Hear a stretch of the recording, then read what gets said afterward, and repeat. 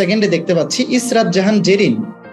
ইসরাত জাহান জেরিন, তোমাকে পারমিশন দেওয়া হয়েছে। তুমি কি আমার কথা শুনতে পাচ্ছ? ভাইয়া আসসালামু আলাইকুম। হ্যাঁ, ওয়ালাইকুম আসসালাম। ইসরাত বলো।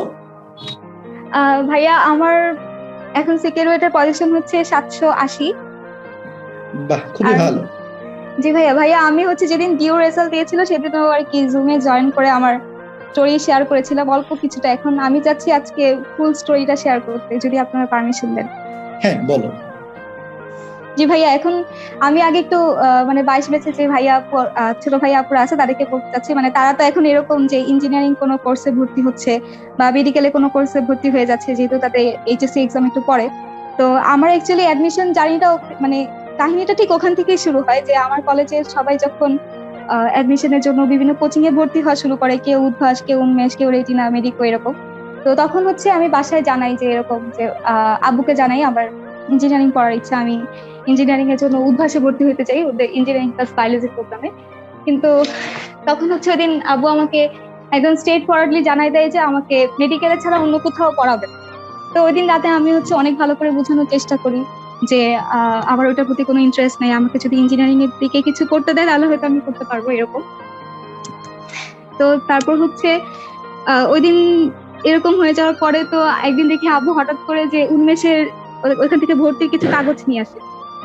তো ওগুলা দেখে তো আমার একদম মাথা আউলাই ঝালাই গেছে, যে আমার তো কোনোভাবেই মেডিকেলের প্রতি ইন্টারেস্ট নেই, আমি তো ওইদিকে পড়তেই পারবো না।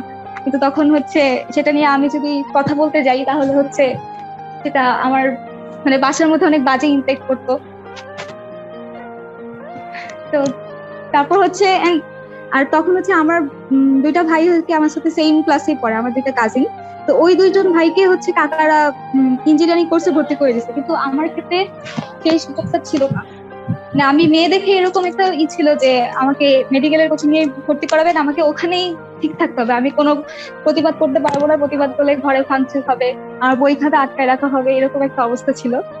তো দেন আমি বাধ্য হয়ে ওই উন্মেষের ক্লাসে ভর্তি হই। মা বলতেছিল যে অনলাইনে তো ক্লাস তুমি করো। আর তার তখনই হচ্ছে যে অপার ভাইয়াদের ইঞ্জিনিয়ারিং এর যে ফিজিক্স কোর্সটা সেটা লঞ্চ হয়। তো ওখানে হচ্ছে আমি ফার্স্টে এক্সাম দেই, এন্ড এক্সাম যখন নিয়েছিলাম তখন আর কি রোজার মাসে এক্সামটা দিয়েছিলাম, তারপরে এপ্রিল মাসে ভাইয়ার এক্সামটা নিয়েছিল। তো এক্সাম যখন নিয়েছি ফার্স্টে সিলেক্ট হয়নি, আমার তখন অনেক মন খারাপ ছিল, কারণ আমি তো বাইরে কোথাও ইঞ্জিনিয়ারিং করতে পারবো না, আমার অনলাইনটাই ভরসা। তো সেটার জন্য আমি ফার্স্টে সিলেক্ট হই নাই, দেন আবার পরীক্ষা দিই আমি মেবি 7-8 বার পরীক্ষা দিয়ে ভাইয়ার ওই কোর্সটাতে পরে এনরোল করছিলাম, এরকম ছিল। আর তখন ম্যাথ কোর্সও আসতেছিল না, কেমিস্ট্রিও তখন ছিল না। তো আমি তারপর ওই শুধুমাত্র ওই কোর্সটাতেই ভর্তি হয়ে ভাইয়া সবগুলা ক্লাস হচ্ছে আমি লুকায় করতাম। আমি বলছিলাম, এর আগে শেয়ার করছিলাম যে আব্বু যখন বাসায় থাকতো না, সকালবেলা বের হইতো, তখন আমার আমার ফোনটাও আমার কাছে সবসময় অ্যালাউড ছিল না। যে অল্প কিছু সময় যখন কলেজে, তখন লাইভ ক্লাস হইতো আমাদের, ওই অল্প কিছু সময় আমার কাছে ফোন থাকতো, আমি মাঝে মাঝে এরকম করতাম, কলেজে ক্লাস না করে আমি ভাইয়াদের ক্লাসগুলো দেখতাম, ইউটিউবে ফ্রি ক্লাস দেখতাম। তো ওইভাবে করে আমি হচ্ছে আমার প্রিপারেশনটা চালাই নেই।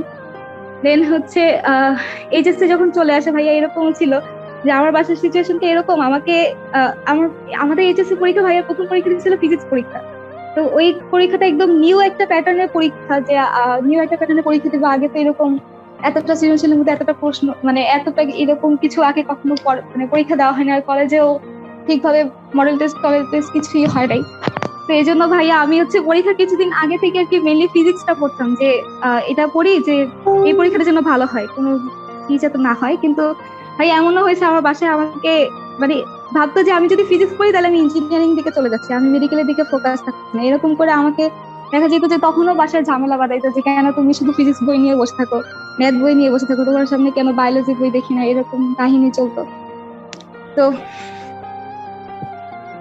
তারপর আমি কোন রকম এইচএসসি পরীক্ষা এরকম অবস্থায় থেকে শেষ করি।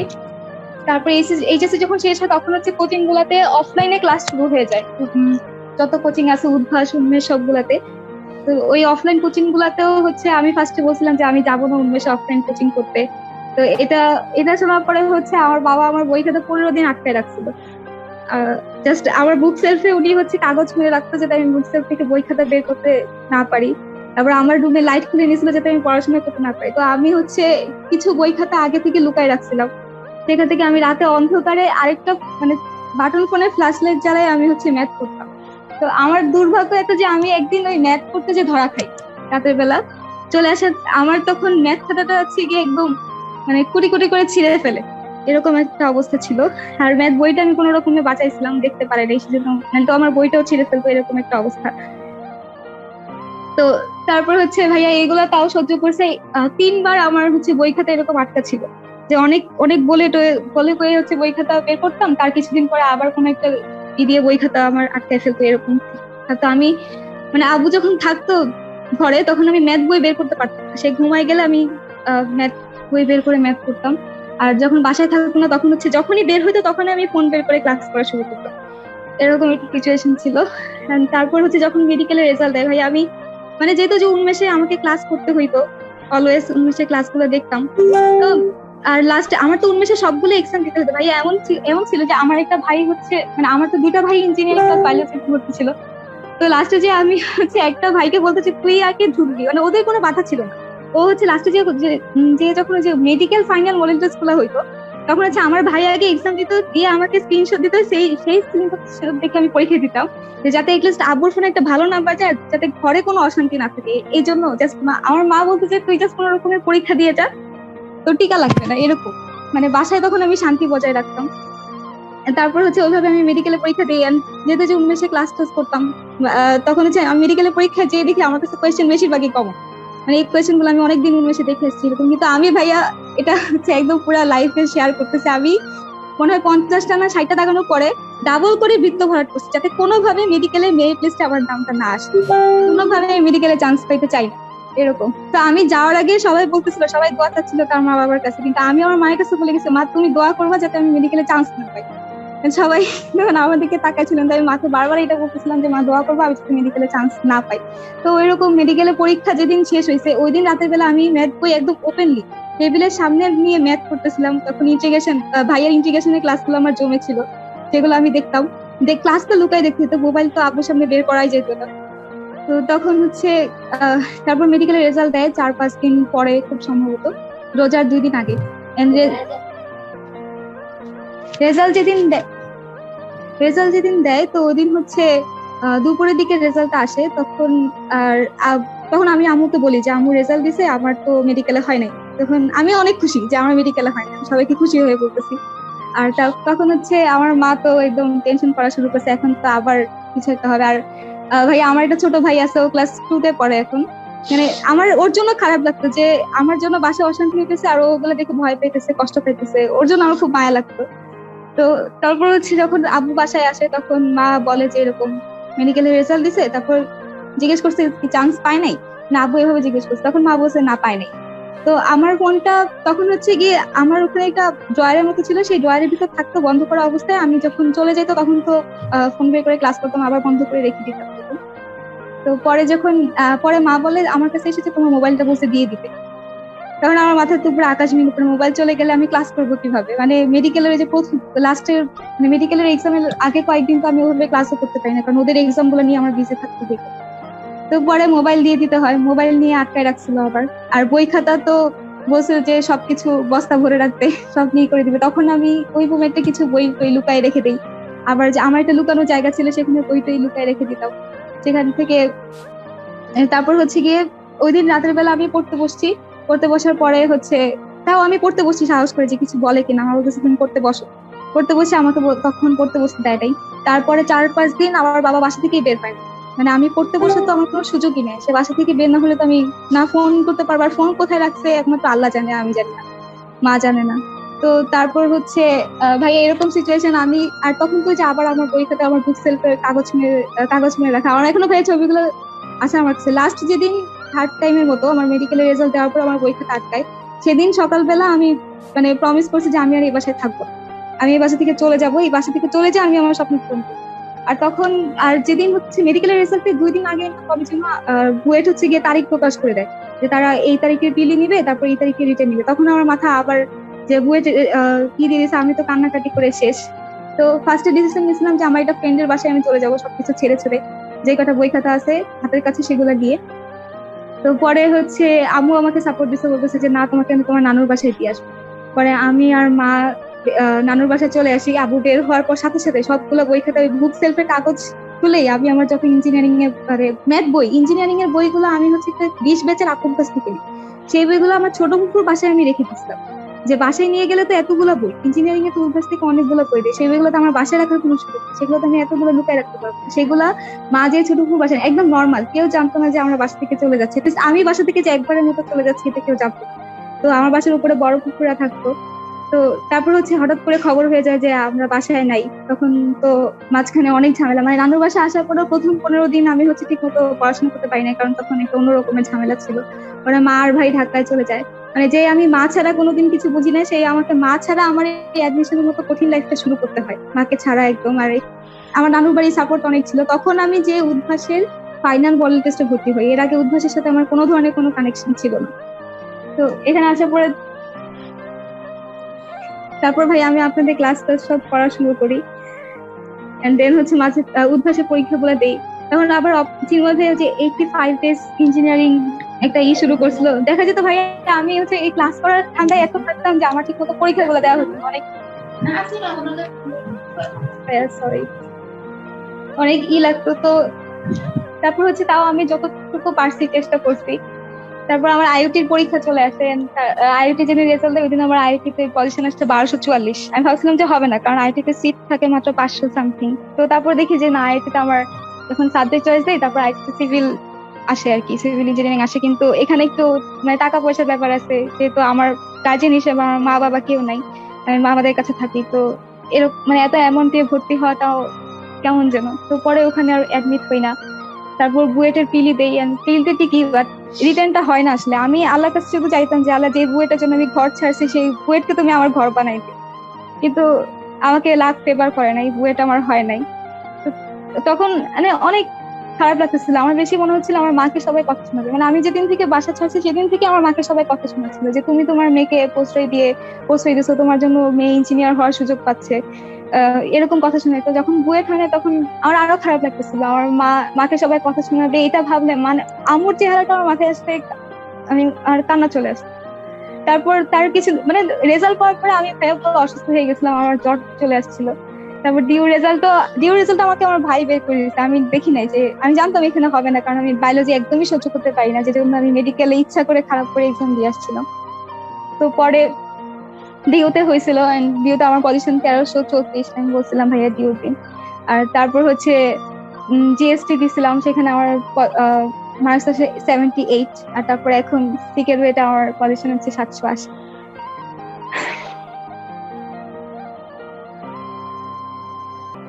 আসলে তোমার এই জার্নি শোনার পরে মানে আমি আসলে স্তম্ভিত, মানে কি বলবো আসলে ভেবে পাচ্ছি না।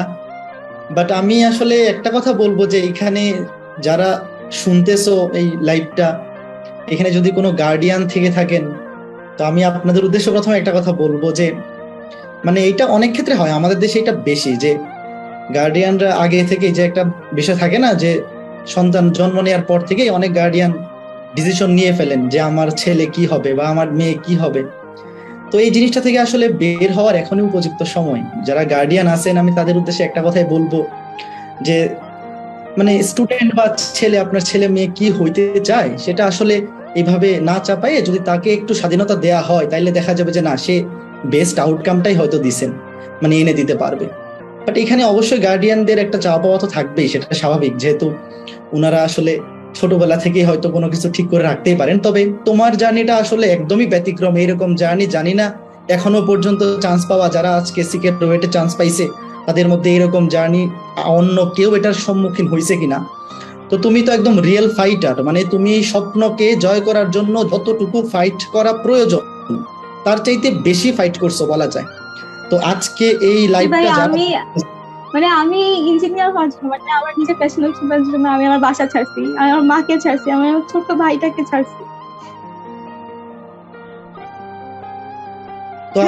তো আমি কখনো পরীক্ষার আগে কল করে আমার মার কাছ থেকে দোয়া চাইতে পারি না, কারণ আমার কাছে কল দেওয়া আমার মানা, মানে আব্বু যখন বাসা থেকে বের হয় তখন আমার মা মিস কল দেয়, আমি তখন মাকে কল ব্যাক করি। মানে পরীক্ষার আগে এসএসসি ওইটার এক্সাম দিতে গেছি আমার হচ্ছে বৃহস্পতিবারে ঢাকা ভার্সিটিতে কাগজপত্র জমা দেওয়ার কথা ছিল, সরি ভাই শুক্রবারে ঢাকা ভার্সিটিতে কাগজপত্র জমা দেওয়ার কথা ছিল। তো তারপরে আমি হচ্ছে খুলনায় যাই, তারপর ওখানে পরীক্ষা দিই। মা বলতেছিল যে এই দুদিন তো তোমার সাথে কোনো কথা বলতে পারবো না, তুমি ভালো করে যাও। আর আম্মু সারাক্ষণ বলছিল আমার তো সারাক্ষণ টেনশন হবে। পরে আবার আমি কল করে মাকে বলছি, মা তুমি টেনশন করো না, আমি তো মামাদের সাথে যাচ্ছি, আর আমার হচ্ছে ভাই কাজিন ও তো এক্সাম দিছে, তো আমি তো সব মানে ভালোভাবে যাবো, তুমি টেনশন করো না। পরে মা বলছিল টেনশন চলে আসে, আমি তো টেনশন করতে চাই না। মানে আমি কোনো এক্সামের আগের মুহূর্তে যে মাকে কল দিয়ে বলবো যে মা দোয়া করে, ওই সুযোগটা আমি পাই নাই। তো ঠিক আঙ্কেল কি আছে, জানেন যে তুমি চান্স পেয়েছো? ইশরাত আঙ্কেল কি জানেন? আজকেরটা মা বলছে কিনা আমি জানি না। আজকে তো রেজাল্ট দিচ্ছে ভাই বিকালের দিকে, তখন বিকালের দিকে আব্বু বাসায় চলে যায়। মানে আব্বু হচ্ছে খুব লিমিটেড 4-5 ঘন্টার সময়ের জন্য বাইরে থাকে, ওই 4-5 ঘন্টায় আমাকে রবিবারে ক্লাস করতে হতো, আপনাদের ক্লাস করতে হতো, মানে এটা হজবরল অবস্থা থাকতো আমার তখন। সবার উদ্দেশ্যে একটা কথা বলি যে ইশরাত যে স্ট্রাগল করে আজকে এই পজিশনে বা এই পজিশন করতে পারছে, ওকে যদি স্ট্রাগলটা না করতে হইতো, লাইক ও যদি ওর প্যাশনটা শুরু থেকে যদি বাসায় এক্সপ্রেস করতে পারতো যে ও হচ্ছে ইঞ্জিনিয়ারিং প্রিপারেশনে নিবে, একদম প্রথম থেকে যদি লেগে থাকতে পারতো, তাহলে ওর রেজাল্ট আরো আরো অনেক ভালো হইতো। এই অবস্থান থেকে মানে এইরকম স্ট্রাগল থেকে চান্স পাওয়া কিন্তু খুবই কঠিন, খুবই কঠিন বলতে মারাত্মক লেভেলে কঠিন। এমন হইতে পারতো মেডিকেলে তো হলোই না, ইঞ্জিনিয়ারিং এ নাও হইতে পারতো, এমন অবস্থা হতে পারতো।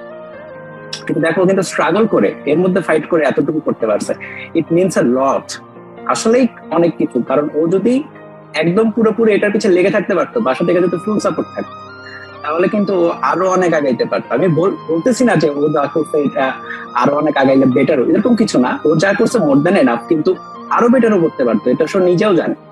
আশা করি তার গার্জিয়ান এটা বুঝতে যে তার ছেলে মেয়ের প্যাশনটা কি ছিল। এবং যেসব গার্জিয়ান দেখতেছেন আজকের এই লাইভটা, হয়তো অনেকেই দেখবেন, পরবর্তীতে হয়তো ইউটিউবে যাবে বা বিভিন্ন জায়গায় যাবে, একটা কথা জাস্ট বলি যে আপনার সন্তানের প্যাশনটাকে বোঝার চেষ্টা করেন। লাইফের সফলতা মানে এই না যে লাইফের সফলতা মানে এই ইঞ্জিনিয়ার হয়ে গেলেই সফলতা, একটা সার্টিফিকেট কখনো সফলতা না, মেডিকেলে পড়লেই সফলতা, এটা মানে এটা যে মানে যারা মানে তার আমার মনে হয় যে একটা ভুল ধারণা। বিশেষ করে 21 শতকে কেউ মানে মানুষের প্যাশনটাকে সবসময় গুরুত্ব দিতে হয়। আপনার সন্তানের প্যাশনটা বুঝতে হবে, আপনার সন্তান কোনটা বেশি চায়, কি তার ভালো লাগে, তাকে সেটা জিজ্ঞেস করুন এবং তাকে সেই অনুযায়ী আগিয়ে যেতে বলুন। তাকে জাস্ট একটা কথা বলবেন, তোমার প্যাশন অনুযায়ী তুমি আগাবা এবং তোমার প্যাশন অনুযায়ী তুমি ওই জায়গায় যেয়ে র্যাঙ্ক করবে। ঠিক আছে, আপনি জাস্ট সেটা দেখবেন ওর প্যাশনে ও র্যাঙ্ক করতেছে কিনা। ওর প্যাশন পড়াশোনা নাও হইতে পারে, পড়াশোনায় তো সবাই ভালো করে এমন কিন্তু না। কিন্তু অনেক সেলিব্রিটি আছে দেখেন যাদের কথা আমরা রেগুলার শুনি, যারা এখন তারকা, মহাতারকা, কয়জন মেডিকেলে পড়েছেন, কয়জন ইঞ্জিনিয়ারিং এ পড়েছেন, কয়জন? হাতে গোনা, হাতে গোনা কয়েকজন, বাদ বাকিরা কিন্তু সবাই নিজেদের প্যাশন অনুযায়ী আগিয়েছেন বলেই কিন্তু লাইফে শাইন করতে পেরেছেন। সো যেসব গার্জিয়ান যারা দেখতেছেন, আমি তাদের সশব্দ ভাবে বলতে চাই, আপনার ছেলে মেয়ের, আপনার সন্তানের প্যাশনটাকে একটু গুরুত্ব দেন, দেখবেন যে ও লাইফে অনেক অনেক অনেক বেশি আগাতে পারবে।